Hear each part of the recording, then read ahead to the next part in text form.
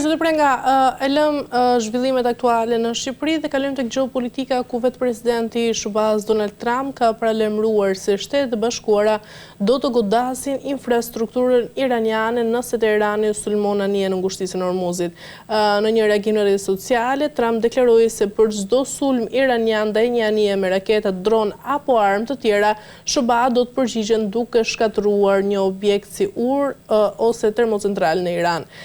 Fillimisht, zoti Prenga, si e keni parë tashmë të gjithë të zhvillim që po ndodh mes përplasjes pra SBA dhe Iran, dhe mendoni se po i çon presidenti Donald Trump Iranin drejt një përplasje që asnjëra palë nuk do të mund ta kontrollojë më tej? Është e vështirë për të përgjigjur me një fjalë apo me një ligjërat, por dihesh tashmë edhe nga ekspertët, por në përgjithësi nga bota e qytetërore dhe kulturore demokratike, që konfliktet janë të lehta për të hapur e për të filluar, por janë shumë të vështira dhe të paparashikueshme në zhvillimet e tyre për të përfunduar e për të finalizuar me marrëveshje paqe. E tillë ishte edhe vazhdon të jetë konflikti mes Iranit, Shtetet e Bashkuara të Amerikës dhe Izraelit, por së fundmi Shtetet e Bashkuara të Amerikës dhe Iran janë më të përfshira ndaj njëra tjetrës dhe ndaj lindjes së mesme në tërësi. Do thosha që memorandumi i mirëkuptimit i 17 të qershorit që u nënshkrua mes palëve me ndërmjetësim ishte kaq i brisht dhe tregoi dhe koha i paqëndrueshëm dhe shumë shpejt i thyeshëm. Dhe ata kanë treguar me reagimet ndaj njëri tjetrit, me sulme kundra sulme, dhe me përfshirje ose tentativat e Iranit për përfshirë dhe vendet e rajonit në këtë konflikt, por që deri tani nuk ja ka dalë, dhe unë besoj e shpresoj dhe uroj që të mos ja dalë për të përfshirë vendet e tjera në një konflikt ose për të bërë pjesë të konfliktit në mënyrë të hapur e drejt për drejt. Gjithsesi, Irani po tregon edhe një herë që me mbështetjen e dukshme dhe të padukshme të shteteve të Bashkimit Sovjetik ose të Rusisë më saktë, edhe të Kinës,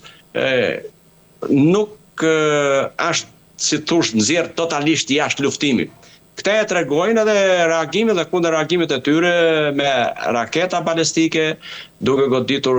vendet e linjës së mesme, si dhe me përdorimin e dronëve kamikaz ndaj anijeve të transportit në ngushticën e Hormuzit. Kështu që jam i bindur që dhe shërbimet e fshehta amerikane po punojnë në vazhdimsi në këtë drejtim për të nxjerrë përfundimet e duhura dhe të nevojshme, se kush ka qenë e kush qëndron pas tyre për t'i mbështetur kaq fuqishëm sa të reagojnë në këtë mënyrë. Detyrimisht që komplet ajo, si mund të themi, makineria ushtarake që ka Irani është përgatitur për këto ditë dhe akoma është e mundur, e ka kapacitete për të reaguar. Kështu që Shtetet e Bashkuara të Amerikës kanë vepruar në mënyrë të fuqishme. Sot jemi në ditën mos gabojmë të 11-ën që vazhdohen me sulme ndaj infrastrukturës ushtarake kryesisht, por ka përfshirë, siç dhe presidenti i Shtetit e Bashkuara të Amerikës e ka deklaruar, disa nga, si mund themi, pikat kyçe të infrastrukturës jetike në Iran. Kështu që në këtë kushte ai kërcënon her pas here dhe detyrimisht që nëse nuk ulën palët, por që ka ca shenja edhe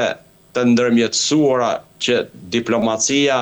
dhe, si mund të themi, negociatorët po vazhdojnë në distancë komunikimin mes njëri tjetrit për të krijuar mundësinë për të vendosur një armë pushim dhe për të ulur palët në bisedime. Detyrimisht që të dy palët e kanë shkelur tashmë atë memorandumin e mirëkuptimit 17 qershorit dhe nuk e quajnë më të vlefshëm, por kam bindjen që pikat vazhdojnë të jenë aktuale, pikat e nënshkrimit të memorandumit, për të cilat kërkohet të ulet në tavolinë e bisedimit dhe grupet e ekspertëve të përcaktojnë modalitetet për të mund arritur në një marrëveshje pa çka se të përkohshme, në një marrëveshje paqe në lindjen e mesme, paqe mes Iranit dhe Shteteve të Bashkuara të Amerikës. Unë shpresoj që ka hapësira përsëri, me gjithë agravimin e situatës, me gjithë goditjet dhe kundërgoditjet e kundërreagimin nga pala iraniane, unë shpresoj e besoj që ka ata t'i thrasin arsyes dhe të ulen në tavolinën e bisedimeve me ndërmjetësim detyrimisht se ato gjithmonë e kanë vazhdu pjesën me ndërmjetësim dhe gjatë kësaj kohe që ne bisedojmë, kam bindjen e plot që negociatorët dhe ndërmjetësuesit e tyre janë duke biseduar, pasi uret e komunikimit nuk janë ndërprerë për asnjë çast dhe ka patur zhvillime të momenteve të fundit, ka patur që zhvillime të cilat nuk janë marrë në konsiderat, të gjitha këto janë të pranueshme, do thosha, për hir të situatës që atje është krijuar, dhe shpresojmë që të mos hapet një vatër e dytë, siç është ajo e proxy të Iranit, Houthët në Yemen, që kanë deklaruar edhe mbylljen e ngushticës dhe të transportit të energjisë në lindjen e mesme. Kështu që në detin e Kuq. Kështu që këto përkeqësojnë. Bile se Irani ka ecë edhe pak me tutje, sepse Emiratet e Bashkuara dhe Arabia Saudite janë duke kanë parë gjatë kësaj kohe edhe alternativat e mundshme të nxjerrjes së naftës dhe të furnizimit nëpërmjet tubacioneve. Por kjo nuk e mbyll gjithë transportin që ka qenë planifikuar, po brenda 24 orëve në ngushticën e Hormuzit. Ajo është një e dyta maksimale 50% ose 30%, por përsëri e rrezikuar nga goditjet që Irani ka ndërmarrë duke mbajtur parullën o do të bëjmë tregti të gjithë o askush. Pra kjo është ajo që ata kanë mbajtur për bazë. Dhe kjo ka qenë arsye që e kanë përligjur ata edhe goditjet që ka bërë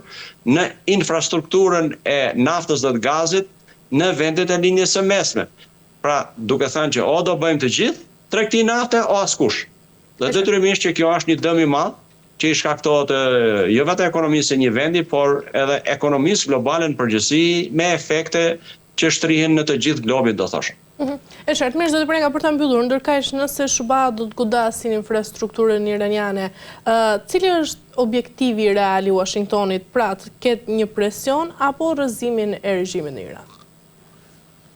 Unë mendoj që është presioni që ata bëjnë,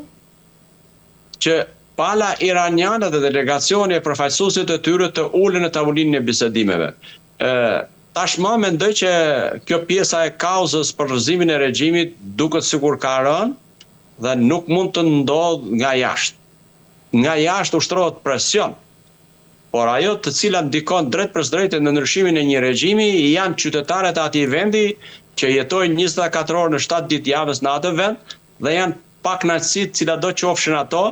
shkelja e lirive të drejtat njeriut, rënja ekonomike, dënimet dhe ekzekutimet, janë shumë arsye për të cilat qytetarët e ndjejnë të domosdoshmën për të reaguar, për të ngritur një protestë të fuqishme kundër regjimit të tyre dhe në ato momente pjesa e jashtme, qoftë Shtetet e Bashkuara të Amerikës apo e vendeve të tjera demokratike, jam i bindur që do të luajë një rol ndihmues,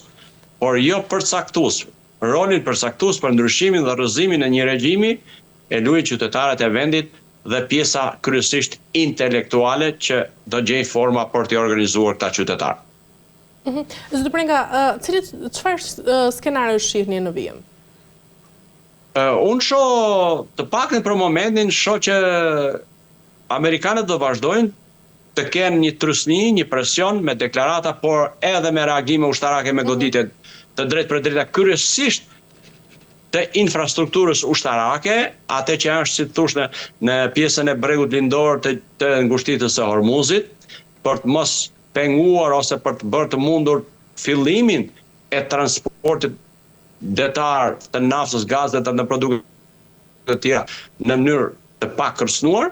dhe pjesa e dytë do të jetë ajo e cila nëse ata nuk do të reagojnë në aspektin e bisedimeve dhe të mundësisë për të ulur në tavolinë e bisedimit, për të bërë të mundur që memorandumi i 17 qershorit i miratuar me 15 pika të mund të jetëzohet, atëherë ai do fillojë të godas edhe infrastrukturën kritike jetësore që hyn te infrastruktura rrugore, te infrastruktura elektrike, tek infrastruktura e furnizimit me ujë, të gjitha këto të cilat e bëjnë si thosh situatën e përkeqësojnë situatën e brendshme dhe e bëjnë të pamundur për ta përballuar këtë lloj situate si thosh regjimin iranian. E në këto kushte detyrimisht që ai do detyrohet si mund të themi të të gjithë gjunjëzohet, sa është fjalë relativisht që nuk e pranojnë palët, por të ulet në tavolinë e bisedimeve dhe t'ju hap rrugë grupeve të ekspertëve të cilët do të përcaktojnë modalitetet për zbatimin e 15 pikave të memorandumit të mirëkuptimit për ta kthyer një marrëveshje paqe të shpejtë, do thosha unë. Gjithsesi, kjo situatë është e vështirë për të parashikuar. Zhvillimet aty janë të paparashikueshme edhe nga vetë ata që janë të përfshirë drejt për drejti, edhe nga ata të cilët janë ekspertë e kësaj fushë, por kam bindjen që vjeshta maksimalja, vjeshta do të jetë pjesa në të cilën palët do ulen seriozisht në tavolinë e bisedimeve dhe diplomacia do të zejë vendin parësor dhe goditjeve të cilat do qofshin këto, pra luftës do ja lej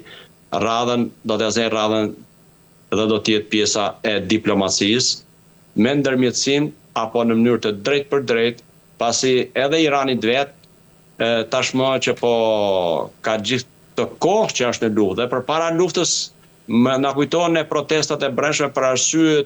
të krizës ekonomike, ajo tashmë vazhdon të përkeqësohet se një vend në luftë nuk pritet që të ketë ekonomi të fuqishme. Pra ekonomia për fat të keq, një vend që përfshihet në luftë është destinuar të kolapsohet edhe do dojë shumë kohë për të arrimarrë veten. Kështu që Iranit i intereson pjesa e brendshme e zhvillimit të vendit, ekonomia e vendit dhe mbi të gjitha lejimi i atyre aseteve që kanë qenë të ngurtësuara, një pjesë e mirë për t'ju rikthyer që ato të përdoren për aspektin ekonomik dhe zhvillimin e zgjidhjen e problemeve më të vështira që për momentin po kalon Irani. E qartë. Mirë, zoti Prenga, kemi arritur në fund, ju falenderoj për çdo informacion. Ishte kënaqësi. Faleminderit juve. Faleminderit shumë.